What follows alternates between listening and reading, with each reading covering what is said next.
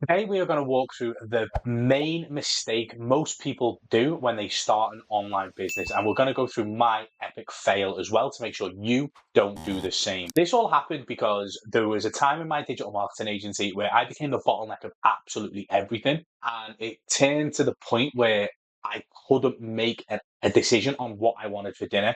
My head was that fried I couldn't make a decision. I literally burnt myself out, and I don't want you to do the same. Hi, my name is Brian Mills, and welcome to the Passive Buddies YouTube channel. This channel is all about automations, building the right business so you can step back and it doesn't own you. It's about building a business around your lifestyle and not a lifestyle around your business. And this channel will stop you from being trapped and help you build the right business for you. So the main thing we want to focus on today is the 4-corner business model. And the reason I've split the business into 4 corners is it helps you compartmentalize where your business is, where your tasks fall, and how to organize your business in the right way so you can comfortably wear a few hats as you start and then start to drop them into different departments to different people. And this is how you're going to do it. So what we're going to do is we're going to go through the 4-corner business model. Okay. So nice and easy. Just ignore my handwriting, guys. It's going to be shocking. Always is. Okay. So we've got four corners. Nice and easy in the first, and we split them into different departments. Okay. So we're going to do sales,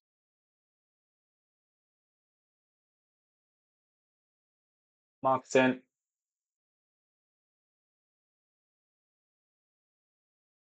operations, and delivery. Delivery, fulfillment, whatever you want to call it. In my YouTube videos, you'll hear me mention different versions. Okay. So don't worry too much. Okay. So they're the 4 departments. Okay. And it's so easy when you start to understand. It sounds so simple, doesn't it? Like, okay. So we've got these 4 departments and different tasks live in different things. And it's important that you put these tasks in these boxes because it'll easily identify what you need to fix and when. Now, for instance, let's get my pen back, go a little bit more fine. So operations sort of comes and hovers around here because you've got your operations side, then you've got sales operations, marketing operations, and delivery and slash fulfillment operations. These are like your automations and how your SOPs and your processes. And I'll walk through that in a different video. However, okay, so this is where we're at. So when you are running low on sales and you're not making enough money, you may think you've got a sales problem. So, but when you actually look at the different tasks, so okay, you've got a sales problem, you're not closing deals. Okay, okay, no sales. Okay, now the first thing you want to be looking at, okay, is closing calls or checkout pages like views, etc. Is are you getting enough closing calls and enough checkout views? If the answer is no, you probably don't have a sales problem. Well, not just yet, anyway. You actually have a marketing problem. Okay, so the difference is your lead generation comes from good marketing, or it comes from like content marketing, YouTube videos, emails, or you do have a situation where you could do outbound setting, etc. If you do an outbound setting, then yes, okay, this is probably more in the sales department because it doesn't fall in marketing, mainly because it's whole. Okay, it's door-to-door sales, that or virtual door-to-door sales. So it's more outbound. So if you are doing outbound, yes, okay, it does live in the sales department, and then you need to look at the operations around the outbound to get more leads. If you don't like door-to-door virtual sales, you're probably living in the content marketing or paid ads scenario. So if you're running paid ads or if you're doing content marketing, organic marketing to bring people in, if you don't have enough calls booked, if you don't have enough views on your checkout, you've got a marketing problem. So we come out of the sales department, we take our sales hat off, put it down, move over to marketing and go, right, okay, what is not landing in our marketing? Is it our hook? Is it our story? Is it our offer? Or is it the amount of content that we're putting out?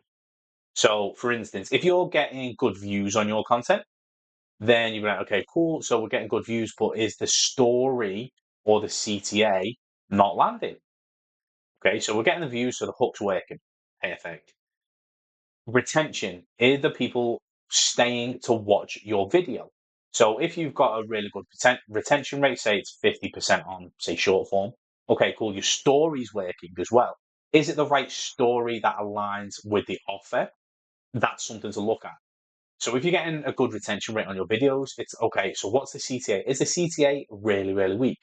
Is it not showing those pain points? And just by understanding the different metrics in your business, you can then put the right hat on and look at the right situation.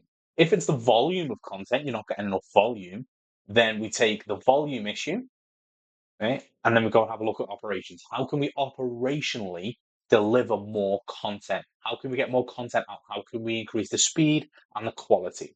So once you identify what department you're in, then identify the problem, you can then reverse engineer back into be able to do it. For instance, if you've got a recurring product and you have a 3 month drop off, so after 3 months, people are dropping off, you've got a delivery and a fulfillment problem. You've managed to get the sales in, you've done the marketing to get the sales. Operationally, you're creating enough content to handle both of these. But if people are only staying for 3 months, you've got a delivery and a fulfillment problem. And then, okay, cool. So, what is the software, the membership, the course? Why is people checking out after 3 months? Is it not getting the results? Is it not sticky enough? They've got the result now, they don't need it. Those type of things. And if it's they've got the result and they don't need this fulfillment, is there something else in the value ladder that you can set them up for? Say, for instance, they're paying $47 a month here and they've got exactly what they need here, then is it okay? They're dropping off after 3 months because we've delivered what we said we were going to deliver. Can we get them into a 197 or a 297 product? Ignore the handwriting, guys. Sorry. And then we can start to look. Okay, so we've got marketing, sales, operations all working fine. We're only keeping the client for 3 months. So what can we do to ascend them up a value ladder? All of that makes sense to me. I hope it makes sense to you. If you've got any questions about it, please do drop in the comments. Okay. And that is literally the four corners of business that it took me to burn out completely and completely fry my head before I understood those situations. And once I built my business, hey, these are the departments, then I started looking at the processes in each one. I then started to get out of my business a lot easier. I didn't become the bottleneck. I didn't burn out as much, and I was actually able to be present with my family during those off periods, like between 3 and 8 p.m., which is where I tend to spend most of my time with my kids. So, because of these identifying these four corners in business and then starting to move the right task into the right place, it then allowed me to step back into step back away from my business and allow things to run.